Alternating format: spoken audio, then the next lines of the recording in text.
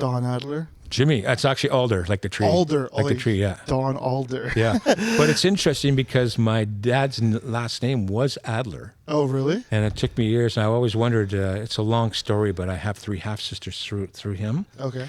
And for some reason, when I was christened, they christened me Alder. Yeah. And so for years and years, I had this kind of, where I got bits and pieces of information where I had kind of had this story where I thought because the Jewish weren't prominent in the business community back in the 50s and 60s, he changed his name for that reason. Oh. I don't know where I got that story from, but that sat with me for many, many years. And then the girls that left us, I thought they were all like rich little princesses, because what happened is when my dad passed, we were living in a tiny little apartment. Yeah. And all I remember is my mom being in the bathroom kind of crying. Yeah. And these people were taking everything out of the house, or Yeah. the apartment suite, right?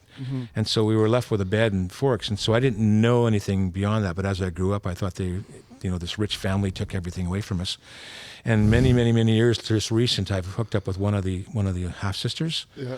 And that's not the case at all. They lived a really rough lifestyle, like I did, because they're pretty poor, right? Gotcha. But one of the things is that I had this person reach out to me.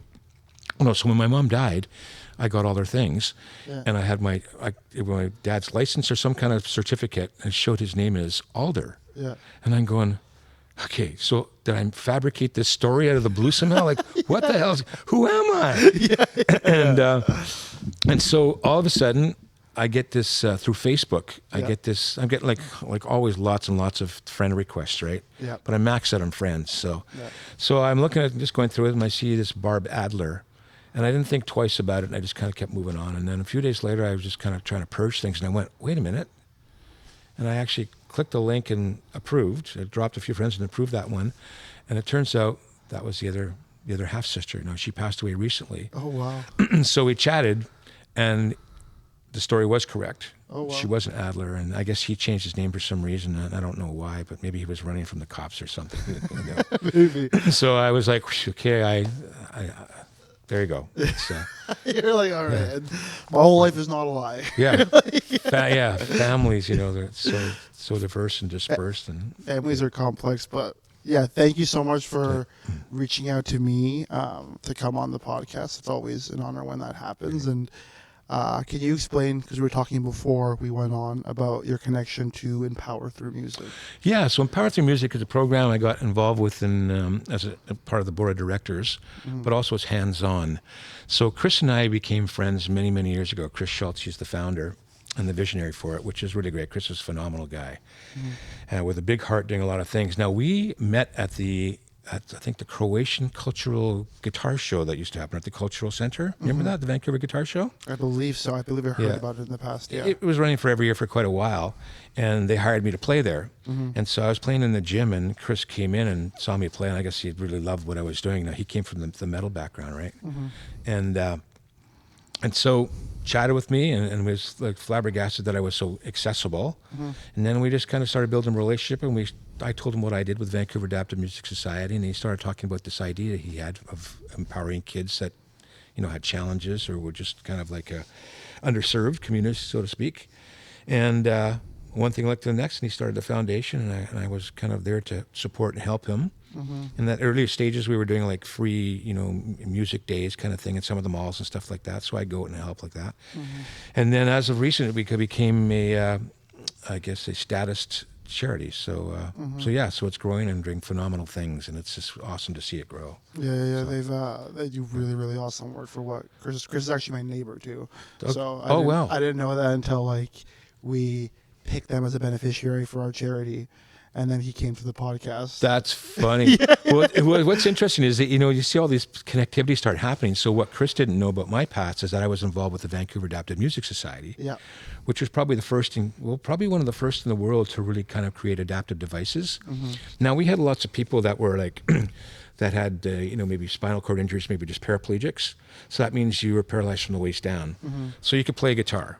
So you were, a person with a disability sitting in a chair. So the word disability has shifted a little bit for people to know. It's more people living with a physical challenge, right? But I think disability is kind of still stuck as the main word, because words try to migrate. People try to create new identities so it doesn't sound disability could sound a bit negative. Yeah. People living with physical challenges is not that. Anyways, so yeah, so we got started chatting and stuff like that, and this program that I was involved with, with Sam Sullivan, who became the mayor of the city for a while, and then Dave Simonton, who passed away. We we ran into each other at GF Strong, and after the Rick Hansen tour. So yeah, I didn't tell about that. So I was on the Rick Hansen tour, 2.5 years of my life, and that was about creating awareness for people living with physical challenges, and raising money for spinal cord research. And so I met those two guys in GF Strong, and we started chatting, and they started doing music. Yeah. But the program they were starting was to get people that had physical injuries like they did and adapt devices to their needs so they actually play live. But people that came in those injuries that were musicians before. So that's quite different from what Empower is. Empower is, you don't even have to know what music is. It's just any type of kid. That's a bit more niche with your market. Yeah. So we so at the Vancouver Adapted Music Society, we started working with I guess we were Vancouver Adapted Music Society was the overall branch of the band Spinal Cord.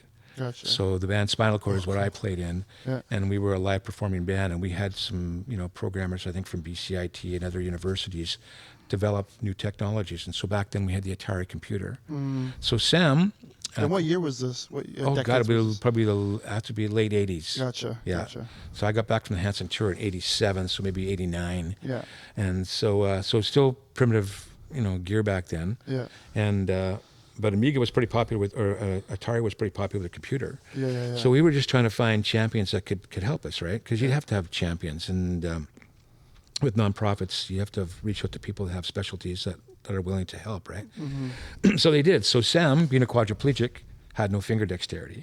So what these guys did is they came up with a MIDI mapping program, probably the first in the history of the world, I think, where if Sam, you could assign one note to be any note, and to create a multiple of up to 8, maybe 8 sounds back then you could have. I'm not sure limitation. Yeah. So actually what became more of a nightmare was like where to play, what song, what patch to use, right? So it became more of that for him. But we were actually playing live. Now Dave, also quadriplegic.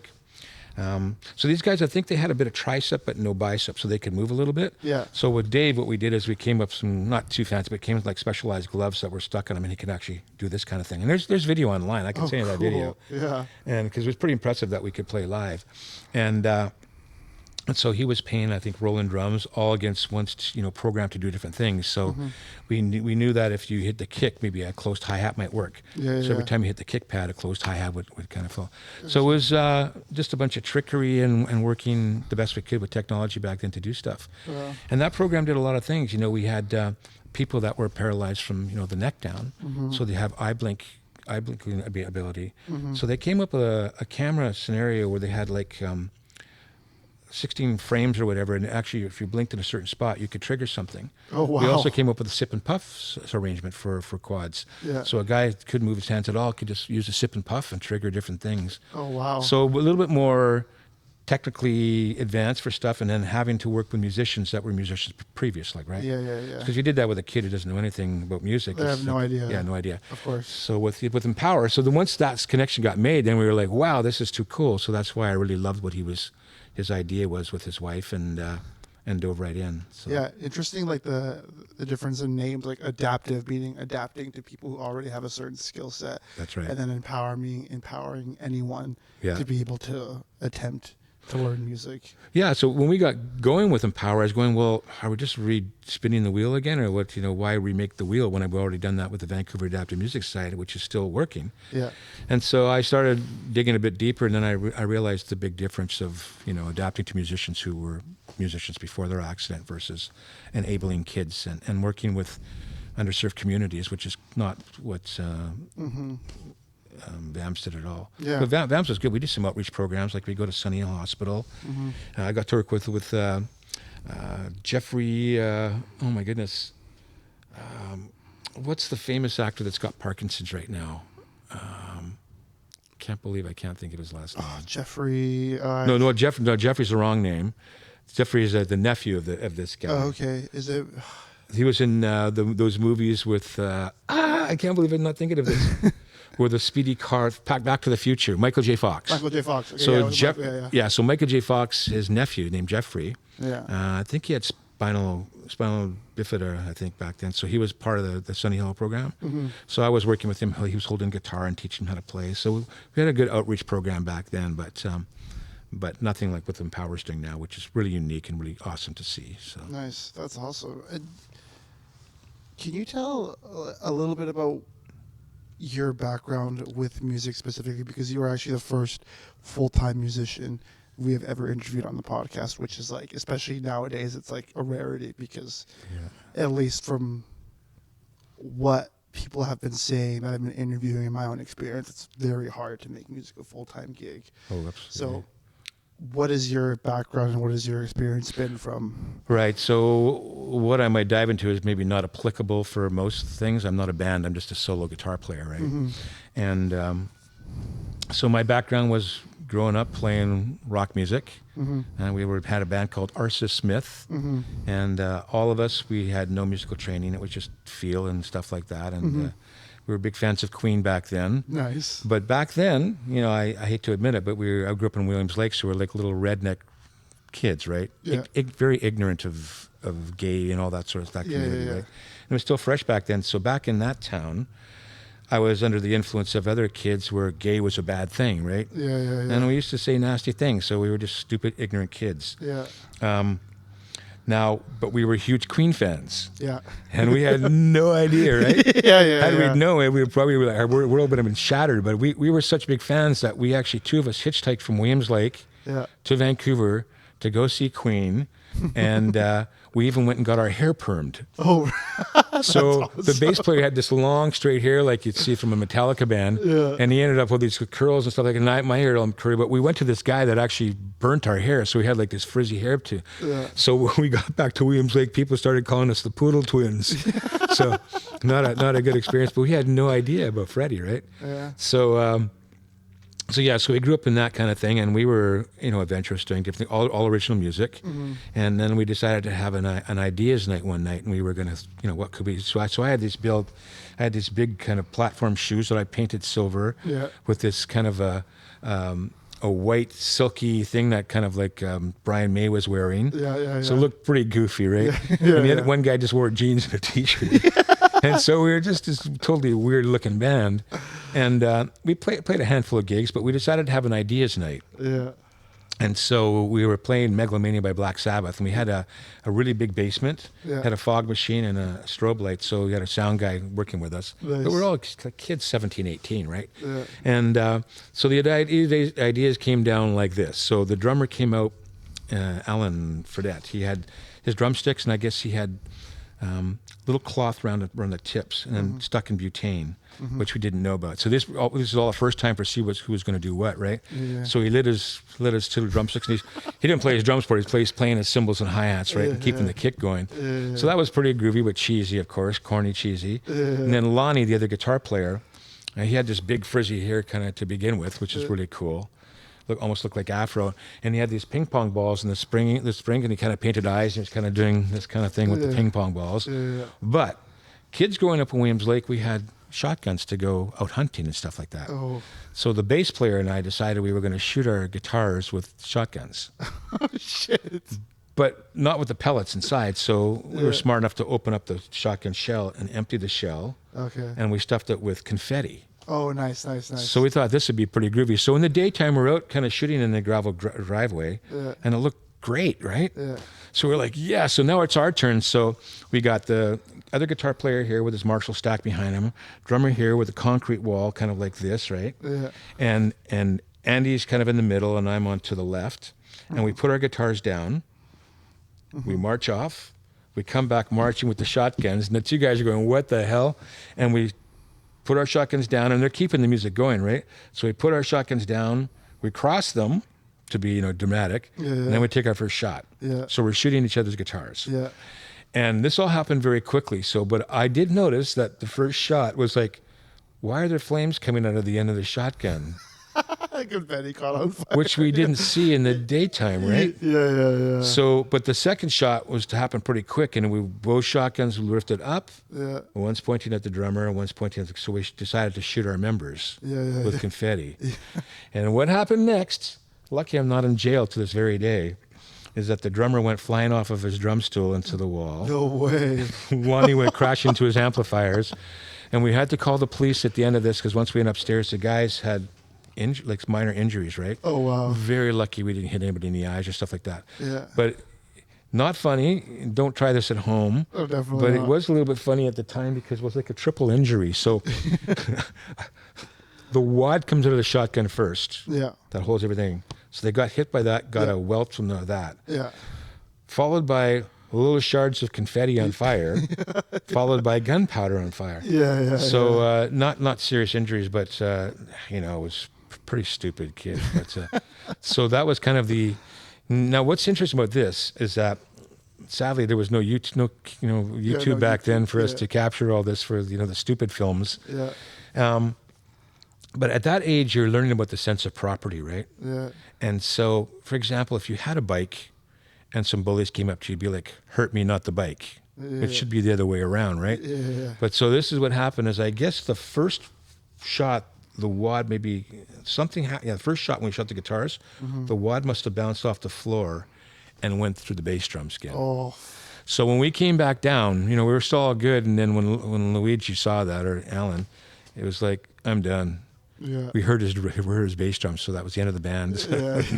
So all the work we put into all that original music and band ended. So yeah, don't do stupid things with music. That was your first band? First band, yeah. First band. So after that, I just but I was always noodling on acoustic and, back that day. So I got sick as a child and I swallowed some tainted water and got yellow jaundice, similar to hepatitis, right? So I was out of school for about 2.5 months and I ended up with like a little cheap guitar that I can hammer around on.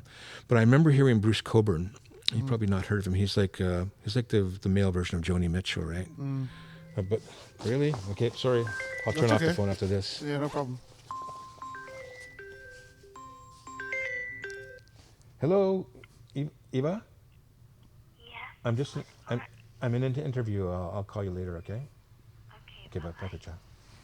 Sorry about that. No problem at all. And actually, I'm going to shut the phone off. No problem at all. Let's go airplane mode. Oops. Bruce Coburn. Bruce Coburn, yeah. So he's like a beautiful fingerstyle player. And that's where I got into it. But I was always trying to learn his songs, but I could never figure out how to play the songs because he wasn't in standard tunings. And it wasn't until a little bit time later where I was out of tune in the guitar. And I was sitting there playing and going, and I tuned it up a little bit, and I guess did something where I had it down to a D, a drop D. And I was like, that doesn't sound right. And all of a sudden, but wait, this sounds good. Yeah. And so then I started jumping to the whole world of tunings, right? And so that was my foray. It was more Bruce Coburn. And then many years later, I ran into a friend that introduced me to Michael Hedges. And so I kept doing my own thing, always just trying to creating. And then I got a studio gig in like 1980, I forget the year. So what happened is, this would be pre Hanson tour, so maybe in the late 70s. I was auditioned for a band called Flint Hill in Williams Lake who were doing an album. Yeah. And they brought in the studio from Penticton to record them, a mobile studio. Yeah. And this is another embarrassing moment. And so they were auditioning for a guitar player. And so they knew who I was, so I didn't have to audition. I just had to show up the day. So, but there was a live audition. So there was about maybe 8 or 10 players that got up, and they had these 2 songs. One was it was given charts, which I was like, what? What's this? Yeah. One was called Carole King's "Will Your Lead I Will Follow," and then it was Fernando by ABBA. Okay, nice. And so I'm looking at these charts and I'm going, I don't know what's going on here. And so I just kind of worked to the back of the line of the players, and one by one the players kept going out, and Dennis would say, "Great, we'll call you if we want to go with you," kind of thing, right? And then it was my turn. And I'm the kind of kid that I get like tunnel visioned and frozen when I'm where I'm really threatened. And so I couldn't run away, so I just went up on the stage and I turned the volume down on my Strat. And I was just like pretending I was playing, like obviously, like oh, just so tough. Busted so easy, right? But I went through the motion of just being a silly kid like that, right? And so, but what was really funny is that after it was done, the second song, I mean, I bolted, right? I was just leaving, and Dennis said, he was the producer of a group called the Thievin Brothers Studio. three brothers, and he pulled me back and he was laughing and I was like really against like. I did something wrong. I'm trying to get out of here, right? Yeah. And he was trying to calm me down. It was like, listen, can we try something with you? And I went, okay. So we went to the back of where they had the mobile studio. Yeah.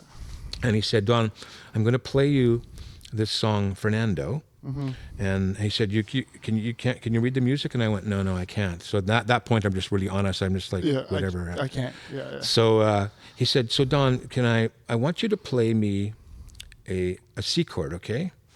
And every time you hear that snare, I just want you to go chink, chink. We called these chinks back then, right? Chink, chink. And so you're hitting the shot with a snare. And so I'm doing that because I knew what a C chord was. Yeah. And he said, well, I don't want that C chord. And he actually played a big guitar. You know that kind of, when you play F and you come up to here? Yeah. And I went, oh yeah, I know that one, because I knew, so I just couldn't identify it, but I knew that, bars and stuff like that. Yeah, here's a C chord, here's a C chord kind of thing. And so I went, dun, dun. So after about 100 takes, we finally got the song done. And that was it. And then about 6 months later, I heard back from them, and they wanted me to I decided I wanted to record a song with them. Yeah. So I went to Penticton, I recorded a song called Song for Mom, and then Knocking on Heaven's Door on the other side. And I was using a talk box like, wah, wah, wah, wah, wah, wah, wah, wah. And so that was done. And then I went back home, and then 6 months later, I got the call, and they wanted me to be their house guitar player. Oh, nice. And so now that was kind of a big thing for me, and I was like, why?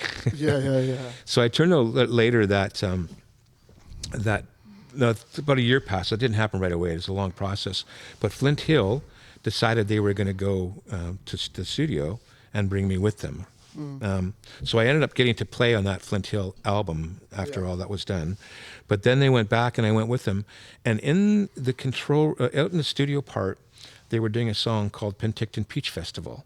And they had Brian Lawrence there, Gary Lawrence, and Claire Lawrence used to play in a band called, it was like a jazz band, the big jazz guys in Vancouver. Yep. And his brother, Gary, played guitar and had like grade 12 conservatory kind of guitar type of thing, right? Gotcha. And so he's out there, and they're trying to come up with an intro lick for the song for Penticton Beach Festival. Mm-hmm. Meanwhile, I'm sitting back in the control, I'm just noodling like I'm always doing, right? And because I was a noodler back then, you couldn't take a guitar out of my hands. And so I didn't know what I was doing, but it was all about colors and finding textures and kind of thing. So I was noodling with this little lick, and I'm good at cartoon licks. And so when Dennis had his little melodica trying to teach this guy something, and they were having a hard time, and Dennis came back in, and the guy was trying to lay something down, and good but very sterile, right? Mm-hmm. And then he was going back out, and he heard me noodle this little cartoon lick, and actually sent the professional guitar player home. Oh, wow. And I got to do the session. I mean, I felt bad about that, but that led to me actually then becoming a house musician for them for about 5 or 6 years, right? Oh, nice. And I learned so much in there, and that's where I learned to play drums a little bit, because the engineer was the drummer. So he'd send me back out in the stool, doing drum sounds, but he'd be playing like Earth, Wind and Fire, Tower of Power, all this crazy stuff that I came from, Black Sabbath world, and to doing country stuff that I didn't like, to all this incredible chord shifting stuff like that. And so what shifted for me that really decided to make me kind of focus on my acoustic stuff was Dennis one day said, Don, can I show you something? And I said, sure. He said, so on the melodica, he said, here's a C chord, which is C, E, and G. And I didn't really understand the C, E, G thing, but I caught what he was saying. And he said, you hear that sound? And I went, yeah. And he said, tell me what you hear different. And all he did is he moved the E in the middle to a lower octave. Gotcha. Played the same chord. Yeah. And I went, wow, that's pretty cool. And he said, that's the same chord. And I went, no way. And then so it taught me about how voicings really spread things out, right? Absolutely. So on acoustic guitar, that's how I modeled my own sound, and kind of, nowadays with acoustic guitar player, it's all about this tapping and all the colorful stuff like that. But what the guys are missing a lot, and which kind of give me a bit of a career, is that I have solid compositions, a lot of them, using that approach of trying to find voicings that kind of make things a little bit different, including trying to change keys, and transition in a way that you don't notice. And you don't hear any of the fingerstyle guys do that. Yeah. You hear pop artists do it, especially that new song by Bruno Mars and Lady Gaga, Smile with a how they shift. I was like, that when I hear that stuff, I just get shivers. So it's been that thing, and then I ended up doing the Hanson tour, and post-tour I got involved with Vancouver Adapted Music Society, still doing acoustic stuff. And then I decided one day to compete in these festivals, these guitar competitions. And it's through that then I finally started kind of getting things going. But here's where it really landed for touring, because I wasn't really doing much of my own. Basically, I would have been playing in front of liquor stores, right? So I had even though I had these accolades, they meant nothing.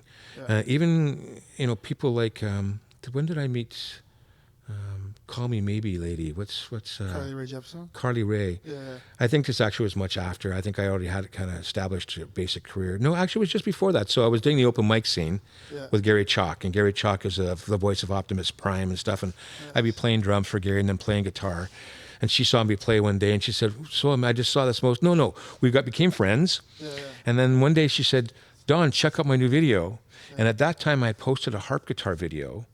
And I was about 1 million views at that point, right? Oh, nice. And so I felt like I was something special, but I didn't, there was no partnership program with YouTube at that point. But she showed me her video, Call Me Maybe, which was like homegrown kind of video. And I was laughing. I said, I got more views than you do. But we became friends. And then, of course, the thing went, it blew up. Mega viral. But just before it blew up, after it blew up, she came out one time, and before she was doing all the touring stuff. And she said, and I captured this little clip, of course, on Instagram. It was like, it wasn't on Facebook, one of the two.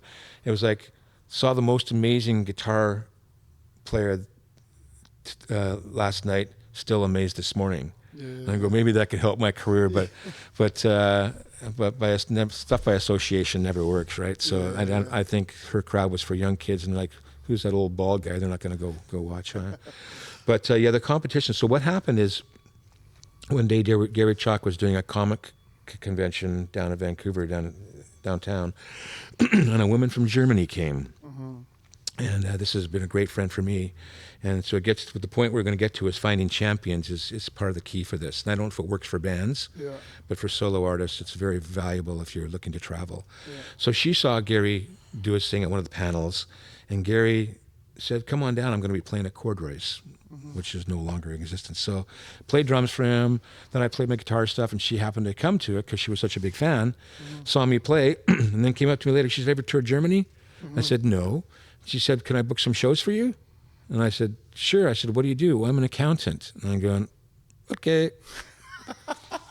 Call me maybe. I was like, you know nothing about the music industry. You're going to book me gigs in a foreign country and you don't speak English that well? Like, okay, I don't know, whatever, right? 6 months later, she comes back to me with this list of gigs. And I'm going, okay, I guess I said I would do it. You know what? I'll just make this a holiday, right? And so we get there. First gig, the first gigs, she didn't tell me anything about the gigs. First on is a Pass the Hat show. And I'm going, yeah, it's definitely going to be a holiday. But Pass the Hat in Germany is much different than it is here. First show was 400 euros. Oh, wow. And then it grew after that. So Pass the Hat there is, you're allowing people to pay what they can, which is a great model. Now, you do that in Vancouver, it's not going to fly at all, right? Because we'd have to re-educate our people on how to work to support their musicians instead of taking advantage of things all the time. So this is going to build into a bigger piece here, why I think there's something that could work in Vancouver. So over the years, we kept building this, and to the point where I was touring there twice a year. Now, it wasn't all Pass the Hat. That was kind of our starting point. So over there, when I go, we have what we call anchor gigs, is where I'll do a show where I get paid top dollar for being one of 4 guitarists in a guitar night. And I play for 15 minutes and probably make more in that show than I'm doing 10 of the other gigs, right? So then we have just a different range of types of performances, sometimes for free, sometimes like little music workshops where you're teaching guys to play guitar. So a range of things. But, upon looking at that as a working model, I started thinking about Vancouver. How do you get things working here? Because it's just such a disaster. Musicians they don't even make as much as a dishwasher does, right? Yet you have this vibrant, extremely creative musicianship in the Vancouver. And it's funny because people, with all the accolades I have, people think, I'm this top guitar player in the world. Like, will you come play a solo on my song? And I'm going, actually, I know 50 guys that I would call to hire to play on my stuff, which I do, that can phrase and do really good lead stuff. That's not my thing. What I do is I write solo instrumental songs, right? And then they still think, okay, well, you're this special dude. And I'm going, I could pick 10 kids in Vancouver that are more knowledgeable about guitar playing than I am. They don't have a formidable body of work that I have, but as an artist, but they're more knowledgeable about guitar. So, but the thing is, to work in Vancouver, what do you need to do? So typically we've been culturally conditioned to play for $100, or, if you're running an open mic, you get $100. And then it moved to, well, you have to bring your own people kind of scenario, right? And so how is that sustainable? Your people are going to come to one or two shows. They're not going to come to every show, right? Unless it's especially if you're a smaller musician. Yeah, and unless it's your family that just has to support you to the bitter end, right? Yeah. And your girlfriend will go 4 or 5 times, and then it's like yawn, right? Yeah. So, and then it became, well, we have all these doctors and lawyers that are willing to play for free. So you have this destroyed industry. Yeah. But I started thinking, you know what? Back in the old days, you have these minstrels that wandered around from town to town. What people, like when I started telling them that we should be making money, they're going, Don, music's always been for free, even back in the medieval times. And I started thinking, so I got a nod and go, yeah, I guess so. Then I started thinking about it. I went, well, not really, because those musicians that wandered to the communities got fed and they ate. So that was a form of payment, right? Yeah. So I'm thinking, what needs to be done in this city? What could you do? Now, this is just a dream. And it would have to be refined by a really strong voice. So, but here's the starting point: is you come up with kind of an idea, and it's the same with anything. When Rick had the idea of going around the world, it incubated as an idea, grew, modified, got to the point where it actually looked like it could be something feasible to do, right? And then he started garnering the people required to make it happen, because you have to have all those pieces in place. Doing something on your own is almost impossible. So. So let's sketch out a rough idea. So let's say we did a feasibility study that in Vancouver, what would it take for a musician to survive in this city? Now, current day, I don't know, but if you go back to the 2000s, I would say, with this work, right? Because everything's getting destroyed right now. Yeah. So let's say this old model that we'd have to refine. Let's say it was $400 a gig, and if a musician could do that 5 times or 6 times a month, it could be sustainable, right? Along with other little gigs, maybe other little gigs. So we'd have to then say each venue would have to come up with $400 for that to happen. Well, first off, if you go to any of those venues, you go like, now, why would we pay $400? We get musicians for free. Yeah. So you'd have to get it enforced. So how do you do that? Well, I don't know. Maybe City Hall is the starting point if you wanted to kind of, maintain cultural identity in the city, right? You'd have to have a really strong. Here's why it's so important to have this cultural activity going on. Because they do that in various ways, right? But it's more an ethnicity kind of stuff where you have these big days for things versus kind of constant playing. So let's say we got the city to buy in to saying that artists get awarded these certain passes, that venues can only hire these artists at an amount for $400. Yeah. Well, then City Hall will go, well, how do we know who gets these things? And you kind of simply go, well, doctors and lawyers are playing for free and stuff like that. Why don't we make it so that your tax shows who gets it or not? So if you're a doctor or lawyer making $300,000 a year, no, you don't get one of these passes. Yeah. If you show a musician's income, you get one of these passes. You now have this to kind of go forward, and you can show to the venue that you're going to do it. So let's say city bought into this. You all get these passes. You go to the venue. Venue's going, I can't pay that. I'm not doing that. I get music for free. But we've stopped the free music by these passes, so nobody can actually be allowed to play in this venue for free. And I don't know if you could police that, but it's just an incubation idea, right? So let's say you could do that. So venue 1 says, no, I'm not doing it, can't do it. So no music for you. So then we go back to business model. And that's why I think it's important here, because you have to have a functional business model for everything to work. If you can't pay the $400, it's a failed business model, because you don't get enough people to come into it. Why are we playing music for free? You should not be doing that. It's like, why don't you make food for me for free? So, failed business model, I don't get to play, you don't get to have live music. People don't get to have live music. Go back to your canned music, which is all good, but I'm going to be making sure that I'm going to be volunteering for SOCAN to make sure you're paying your SOCAN fees. Because at some point, you might not be able to have any music at all if you're not paying your fees for SOCAN, right? So, now, we have established that everybody listens. Most everybody listens to music, maybe except for elite CEOs and stuff like that, who just are working on money. But you and me, we listen. We live. Music's part of my life. I can't get it. It's healing. When I had my heart broken, I played this one song over and over and over till the record almost broke. Right, and I'm sure that's pretty common with most people, even at later ages. You do stuff to identify. Absolutely. So there's actually healing prospects to music, which will be another part we'll get to in a second. So the idea is that there's value to music, and people need it, whether they believe it or not, and it's always out there. So we have a venue that's not going to pay. We have an artist that's not going to pay. The whole city shuts down because of this, because nobody wants to pay the artist. And then I go back to this scenario of, here I am at Starbucks doing my computer stuff. Prices just rose $1. I complain, a few people complain. The lineup drops a few people, and there's still a big lineup. Yeah. We told them they have to do something. They rebel a bit, but there's still a big lineup to make it work.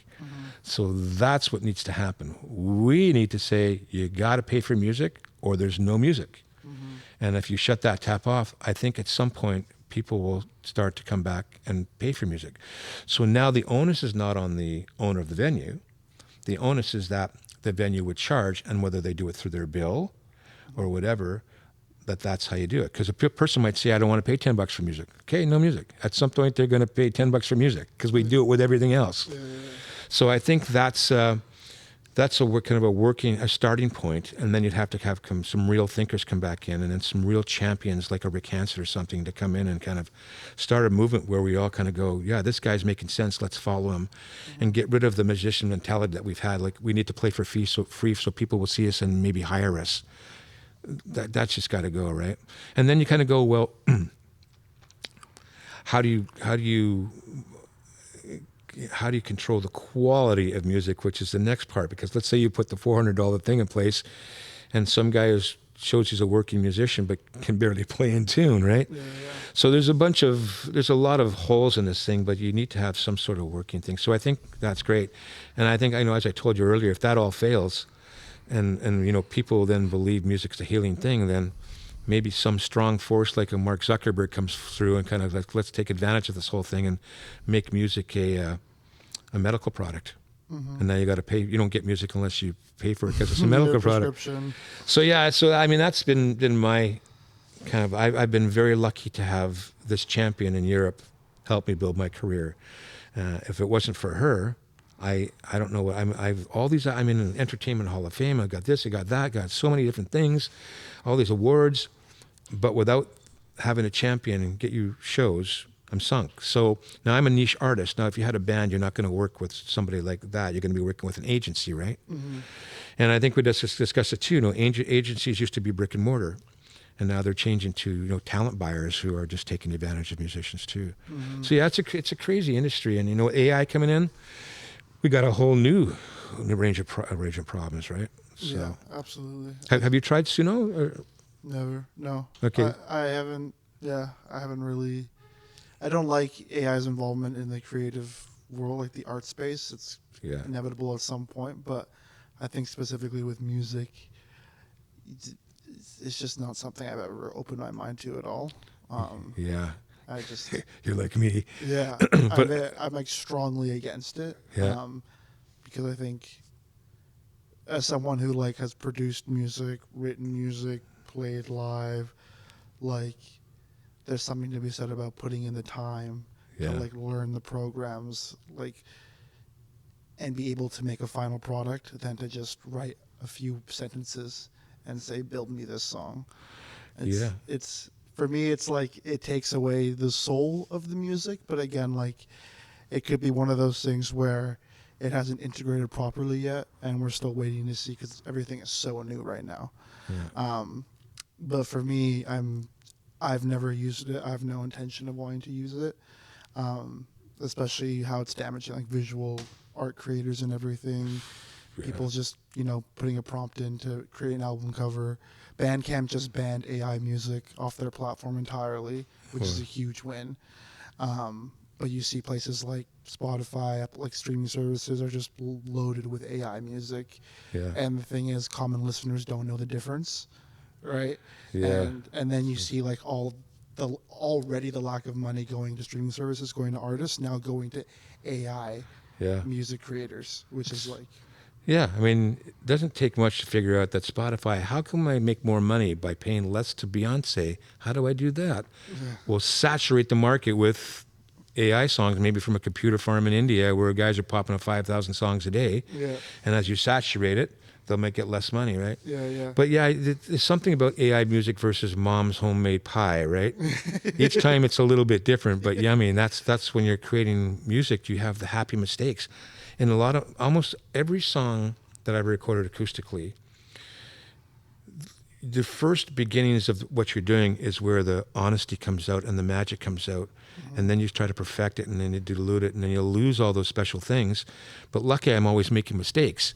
And then when I listen back, I'm going, actually, I like that. And then I try to recreate it. I can't. So I'm trying to edit. So it's those magical little moments of spontaneity and unsureness that when you come up with things, right? Absolutely. So as to AI, let's see how you're against it. I'm against it. But I'm so against it that when I see Facebook ads about it or guys talking about them using it, I actually go in there on full attack mode, right? And then I get into little banters and spats with these different guys.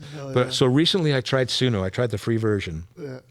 And I took an old song of mine now that I was aware that if you put something up in Suno, they kind of own it, right? Or can still... They get to train their model on it. Yeah.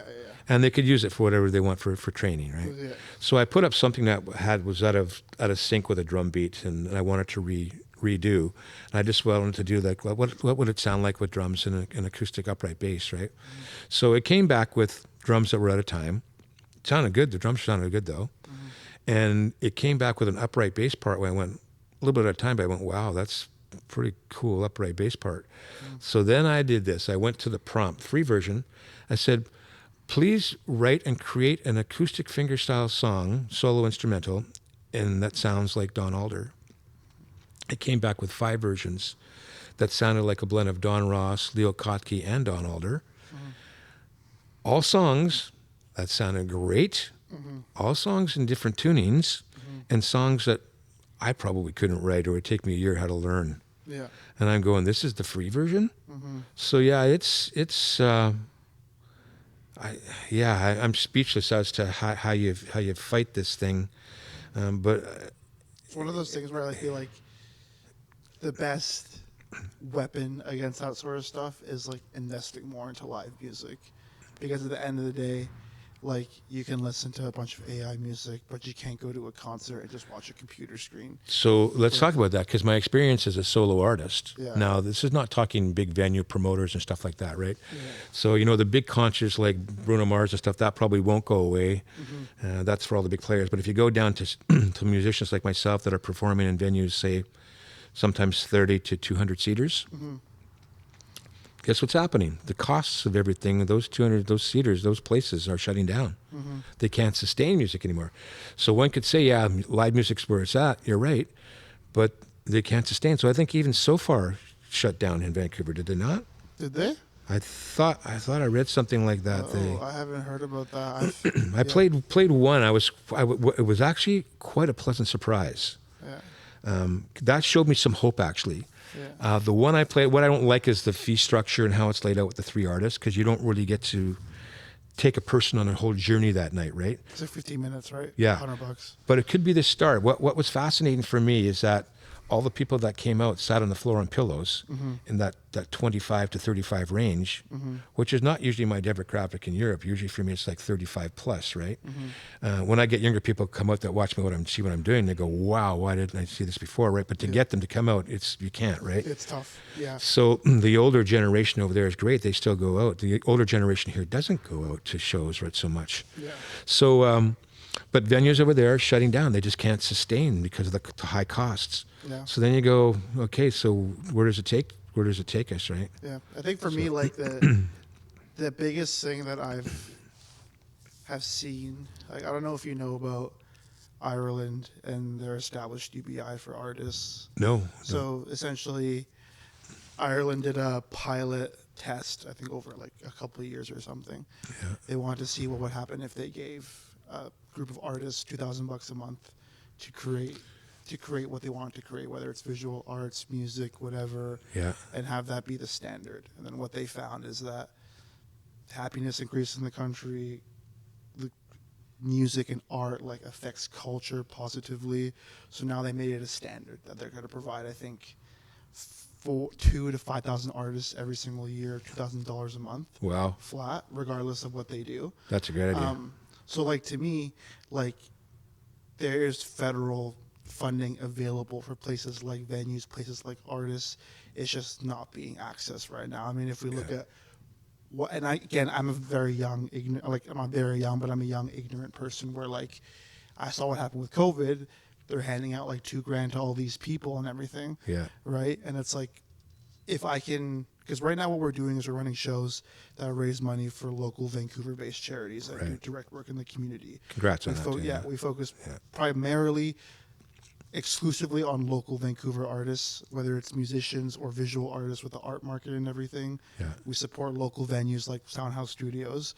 And my goal is, we've done, I think our 10th show is going to be on Saturday. Yeah. We've raised close to $20,000 for artists, charities alike, very important missions like feeding families, feeding kids, like getting kids Christmas gifts, like supporting Indigenous communities, like fair housing on the downtown east side, like all these very important missions. Yeah. So if I can create a big enough splash, I can take that to the federal government and be like, this is what we've been doing with absolutely zero help from you guys. Yeah. Like imagine what we can do if you guys were pumping money into what we're trying to do here. Yeah. And then not only do artists get access to a UBI, but venues supporting these artists get tax breaks, right, to be able to pay for their costs and everything. Because again, like I've seen what our shows have been able to do for people. Yeah. We've collected bunch of testimonials from all of our artists who worked with us being like, it's an amazing environment,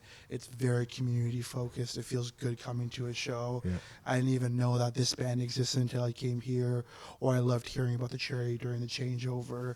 Because like you said, like you started with your music journey and you ended up at the Vancouver Adaptive Music Society where you were able to make huge impact. And I think art and positive impact are like one and the same thing. And they connect with each other like almost interchangeably. So for me, like it's about proving to the government that like art is of value. It's not just a side thing that it's like, oh, you do it in your free time when you're not like, you know, paying your taxes at a full-time job. It's like something that actually contributes to the greater good of our country, our city, our community. So if there's enough proof in the pudding, I can take that pudding and be like, this is exactly what we've been able to do with literally no money coming from you guys. And we've done close to $20,000 with 0 grants, right? Just companies who've sponsored us, just money that I've put into the business. So it's like, if we actually have federal funding behind us, then like who knows how many families we can feed, how many kids we can send to good schools, how many Indigenous communities we can support, how many kids can get Christmas gifts. Like, it's just like, or even like the Downtown Eastside Women's Center, right? We had like a show where we supported the Women's Center and we had all women fronted musicians and bands. And things like that where it like highlights the community. Like the Indigenous show, we had a Métis fronted band headlining the night. Nice. So it's like stuff like that where I think the money is there. They just refuse to disperse it to places that are going to actually see good value because they themselves don't see the value in it. Well, so they do disperse a lot of funds. But the people that get to make the choices, that's how we have to figure how to infiltrate to get the right people in there. I mean, even with I think is it CanCon where or CRTC where they decide how much royalties get paid for radio play. They actually dropped the price sometime, and this is many years ago. And I'm going, who are these people making these decisions? Because it's certainly not the musicians in there, right? So it's you just have to get the right people in the right places and how to disperse it and come up with maybe some better models. It's like our healthcare system. It really needs to be remodeled, right? We have some great things going on, but at the same time, people exploit it, do this, so then you end up with breaking it before it can actually be fixed, right? But we're in music's $1 billion industry, so you know these people that are making decisions, like even the government, if you can, trace back. Change happens when people are touched by things, right? So how do you change a person that's a prime minister that is so busy with different things. So you have to figure out those tools to get into. Throughout his life, was there music involved? Yeah. I mean, And like, people that are close to him, it's that thing. And then you kind of go, yeah, well, actually, yeah, I still sing that song. Oops, I'm embarrassed to say. Yeah. So for me, there was this Lee Ritenour song when I was going on the Hanson tour. Yeah. This is as an adult. Yeah. I'm about to blast off on this Hanson tour for 2.5 years. And there was this wonderful woman in Penticton that I really loved her, right? Mm-hmm. And I was like, will you wait for me kind of thing? And she was like, no. And I was like, and I didn't understand it, right? So I kept driving around her house, playing this one song. I think I had a cassette, right? And I kept rewinding it, and it was like, it's just something where, and I'm sure this happens with everybody. There's this particular song that just resonates with your heart, and so how do we do studies and put them in place to show that there's such a positive value to that, right? And getting back to your thing about where the musicians are getting paid $2,000 each. Mm-hmm. So I think that's an amazing thing to do. But I think best music actually a lot of times comes from not being in such a good place. Mm-hmm. My best writings come from when I've had a broken heart or when I'm feeling down about stuff, because you're trying to look for something to birth that maybe gives you hope and positivity. But I think when you think about it, the tough thing is that like, you can't really write music if you can't put food on your table. Yeah. Or if you can't pay your rent or you don't know where you're going to live. You know what I mean? Yeah. And like, you got to kind of have that security below you. Fortunately, there's the public there is to listen to. They don't know about this heartbreak that gets you to the song versus just writing a 3-chord song. So you have to kind of please both sides, I guess, right? Yeah. And like, whereas like if you have like that money coming in to pay for your basic expenses, you can go out, get into relationships, go to a new city, go live a life, like live new songs in your life. Yeah. Right. But if you're constantly struggling on paying rent and applying for your third job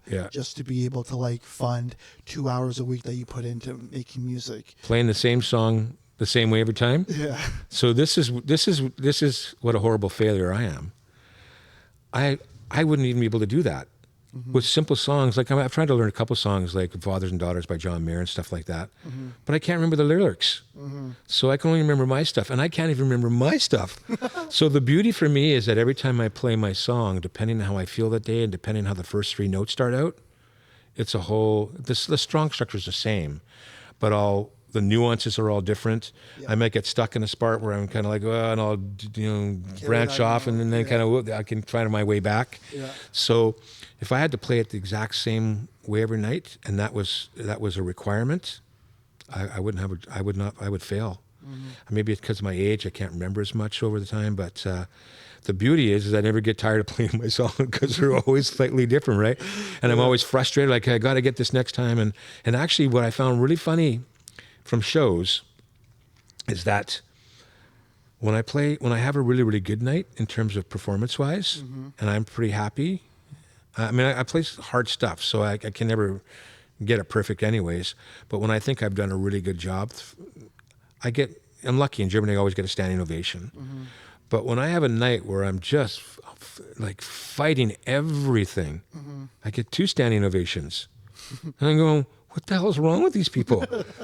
And I started I think I have it figured out, is that when you're making them, people are there to enjoy you. They're not there to like downplay you, right? They paid money to come see you. They want to get something. So they're not kind of going, ooh, that guy made a mistake. Ooh, so I don't think they come with that built in mind unless it's another guitar player, because I've had this experience one too, I'll tell you about. So when you make a mistake, you don't stop. We know what to do with that. So your body, you're giving off some sort of energy. Yeah. But the people don't know what that energy is. But there's a change. Something's changed other than a guy who's playing song. It must be a good thing. Something cool just happened. Right? So I think that's what's taking place, right? Now on the other side, I played in Penticton, and there was this young fan that loved this song of mine called Marshall's Lanai. It's a very slow, pretty song in dadgad tuning, right? Yeah. And he came to the show specifically to see this one song. The promoter has been a dear friend of mine for many, many years. And he's the guy that introduced me to Michael Hedges. And he's also the guy that gives me the honest bashing that I need to kind of get in check with where I am with my songs. Like, why did you do that in that song? And maybe make it more accessible. He's the kind of guy you should play the song the same way every night, right? Yeah. And I decided that night to play the song on a baritone guitar. So it's tuned down a fourth. Oh, wow. But it's much richer sounding for the song, and notes really sing, right? Yeah. And I knew he was there, and I thought he's just going to He's gonna drool over rip the it. song. I love it. Kyle came back to me, and the kid was devastated that I played it differently. Oh, really? And Kyle said, "I there you go, Don. Bruce Springsteen plays the same song the same way. It works." Yeah. And I was like, "Holy cripes!" So it's just interesting. Now, when I watch Prince, Yeah. I've been to a few of his shows. I saw him in Madison Square Gardens, actually. Oh, wow. And you're talking about house funk mix, everything that sounds nothing like the record, right? Mm-hmm. And these guys are amazing real-time musicians that jam on the spot and perform different things, right? Mm-hmm. And so you go with that formula, and then you don't have to follow the kind of the pop thing. But that's big shows, right? You expect that. Yeah. So for me, I just do what I do, and people either like it or hate it or whatever, right? So, Nice. Can you touch, because you said it a few times about like finding champions. Like, Yeah. Can you explain a bit more about like what that means to you, and for anyone who doesn't know, like how to go about it? Yeah. Does it just happen by like? Can you just build on that a little bit? yeah, if there was a formula to it, believe me, I'd be trying to market it and trying to make some money. But no, I probably wouldn't. I'm too much of an artist. Yeah. But the first thing is if you have a good idea, like yourself, which you have a great idea and great motivation. So the thing is, you have to ask yourself, are you a leader or not a leader? Mm-hmm. And this, by being with Rick, it taught me a lot of things, because let me see if I can bridge this. When I look at Suzanne, who's helped me, Mm-hmm. in her company,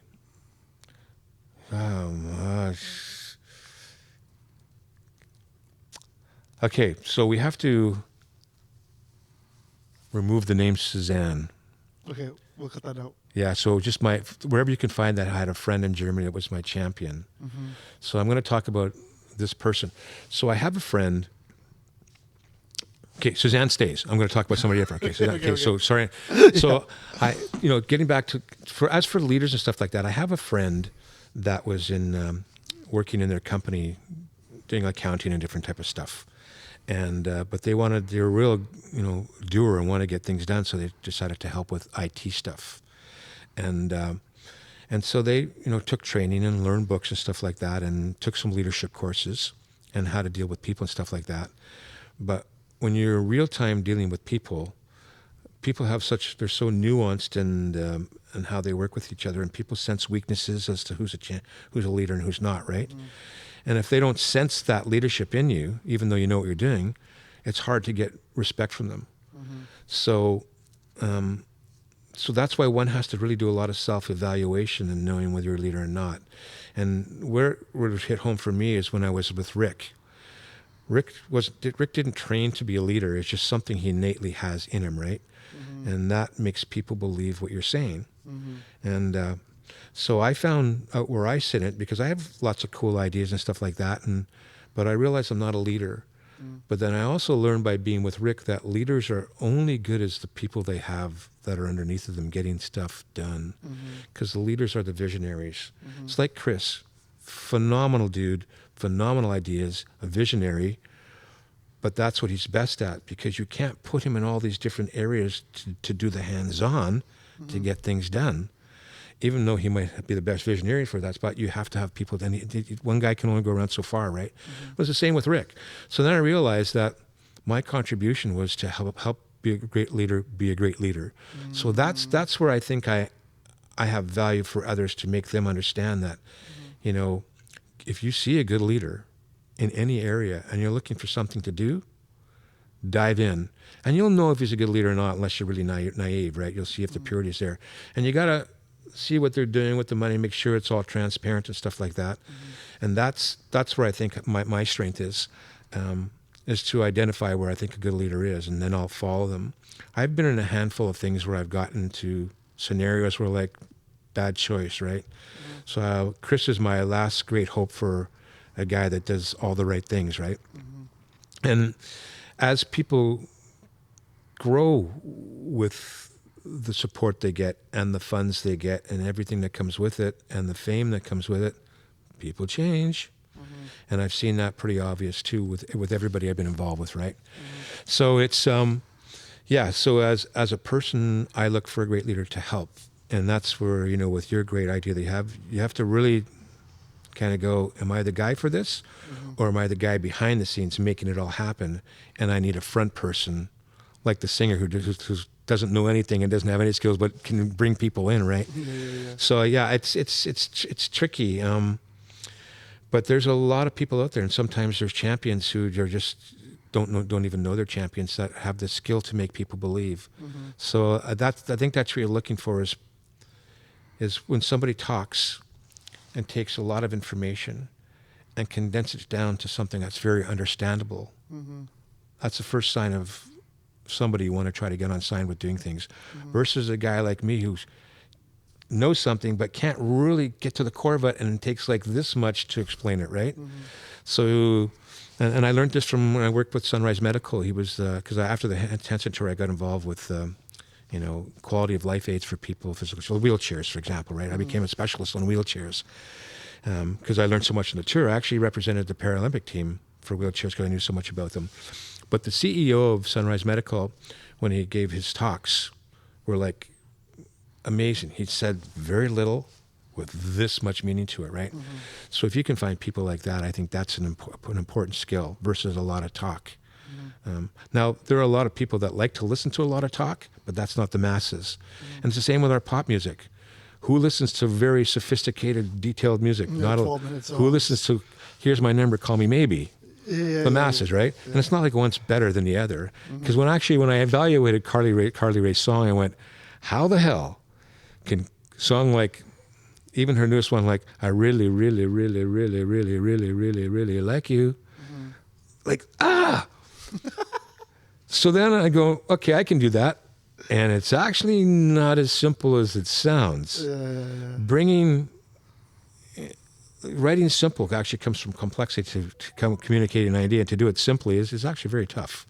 So I think it's a big subject. I don't really have any answer for that, but I just think some pointers would be, to get to the point of it, is find a great communicator, and that a person that talks says it simply where you can understand it, and that the person listening gets it and will get on side with it, and then be that person that recognizes a leader and be socially responsible and get involved in their ideas. Make sure you implement them best as you can, and regardless of what happens to them, you've contributed to making a better society, right? And so the things I don't know you that well, but right now you're the doer, and that's position number one, right? Whether you keep doing that or you rise above that and get somebody to be the doer, and then you have to hope the doer that you get is a guy like me that was willing to really dive in and to do it, right?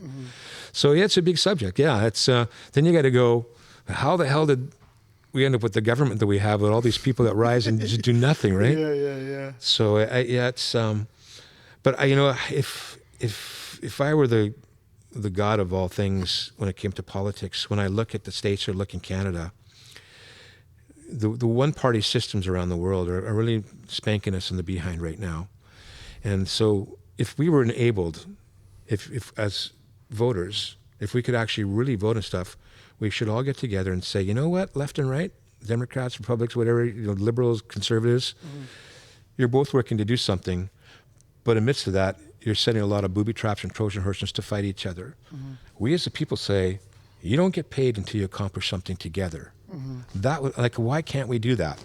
And that's the reason why is all these things are put into place that we don't get to do them. And I think that's where I think we need to rise as a people and really make change, because there's so much money in this country that absolutely we could really make change, right? But people they keep people so busy with work that you don't even have time to understand what's going on in the political world, right? Yeah, absolutely. And make it so complex to understand. That's the whole thing. Yeah, I think I think it's really good advice. Like, listen for the people who can communicate it well, and also find out where you land on that spectrum. Like, are you a champion and ideas person, or are you someone who's there to help support and like build up those things? Because that's a very important distinction, I think.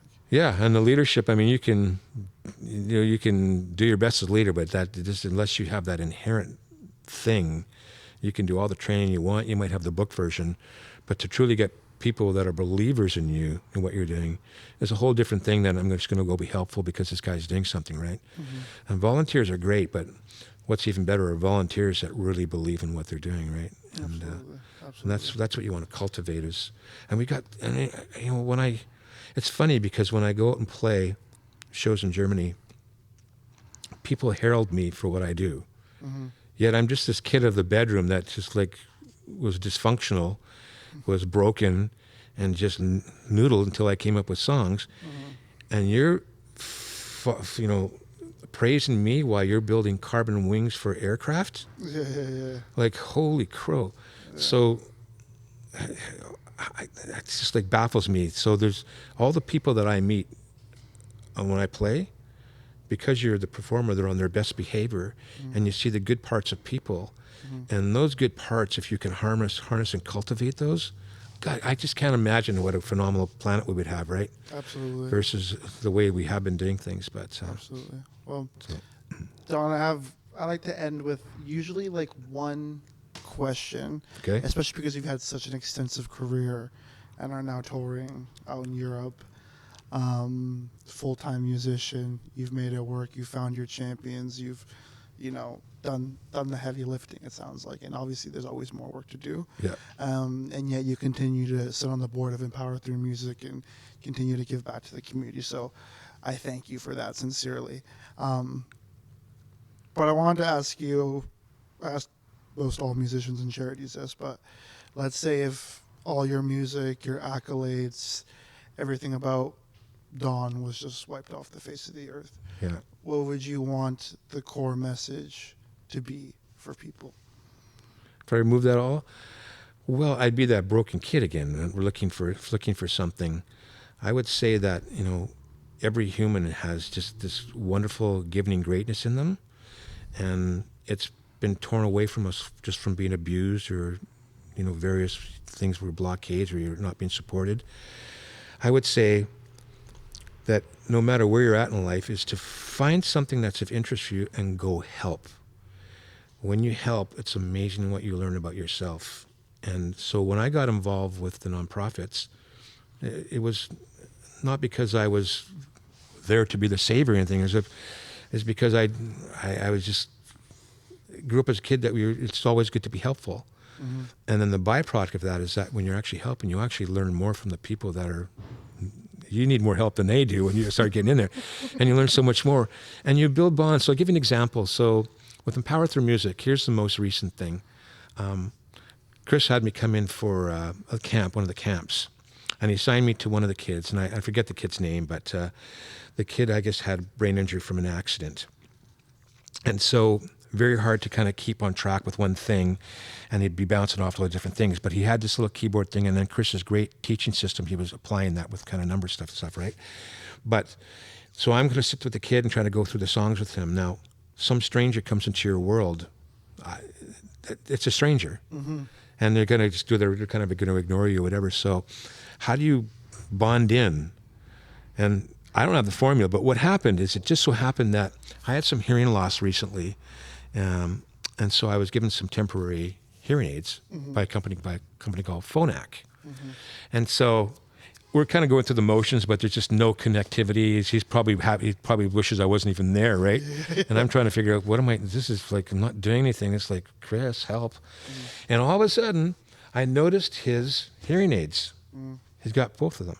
Mm-hmm. And I said, blah, blah, blah. I said, you got hearing aids? He said, yeah. He said, I got some too.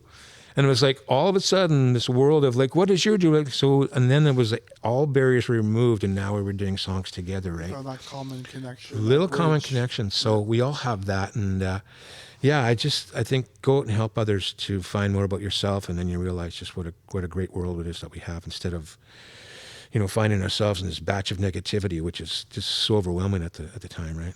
Absolutely, absolutely.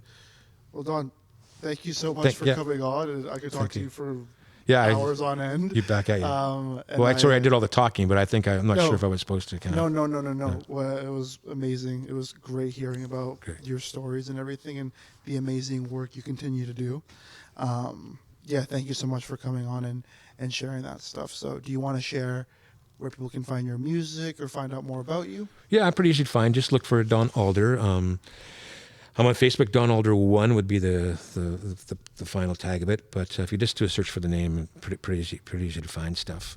Mm-hmm. And I'll leave you with a couple of quotes from Hanson, if I can remember them, because they actually serve purpose for me as well too. And I think especially for musicians. And let me think of a thing. Sometimes it's not always the most talented that succeeds. It's the ones that are most motivated.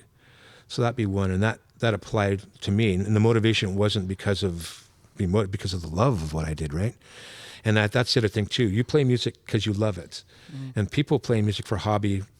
It's not going to go anywhere other than just being a hobby. If you love something, no matter what it is, that's when you go through all the painful parts of progressing at it, right? Mm-hmm. And so the other thing would be is that what Rick called the circles of excellence. And I thought this was kind of a bogus thing, but it actually made a lot of sense. And so I'll apply it to music. He applied it to sport. So in the circles of excellence for music would be is to be prepared healthily. There's a 0 to 100% there. To be prepared mentally, there's a 0 to 100% there. And to be prepared sort of like equipment-wise. And so let's say I go on stage, that I put 100% in mental, 100% in health, 100% to my equipment. We've already know that my technical kind of as far as class in there. Right. So if I'm only eating crap food, then I can't expect 100% performance. Now, luckily with music, it's subjective. But if I was in a race, you have to get to a finish line, right? Mm-hmm. So the guy that's 100% in all those areas, his chances of winning are going to be a lot better than a guy that didn't check his gear. Mm-hmm. And so... So I'll go back to Rick because it mostly applies to him. So with Rick, what happened is he had set a world record. And so this next race, he was going to try to beat that world record. Mm-hmm. And now when he set that world record, he was, I don't know how this went. It's so hard to remember. There's all this detail. I just remember that when he went out to set that world record, he went out and he didn't. And the reason why he didn't is because he didn't check one thing on his chair. So that was the thing that led to everything not getting right. So, So you just have to make sure that, whatever you're in is you're always trying to think of these circles of excellence. And it might be corny, but if you're having a failure point, it could be because you're lacking one of these circles of excellence, right? Nice. So, and trust me, I've not really applied that very well in myself at all. And I look at where I could have succeeded better, right? Yeah. But for those that are aware of it and that are not aware of it or could be aware now, that do apply that, it does just change things, right? Amazing. So yeah, sorry for all the babble. No, you're getting back totally to good. that CEO thing. Well, Don, thank you so much for coming on the podcast. Thank you for all your time.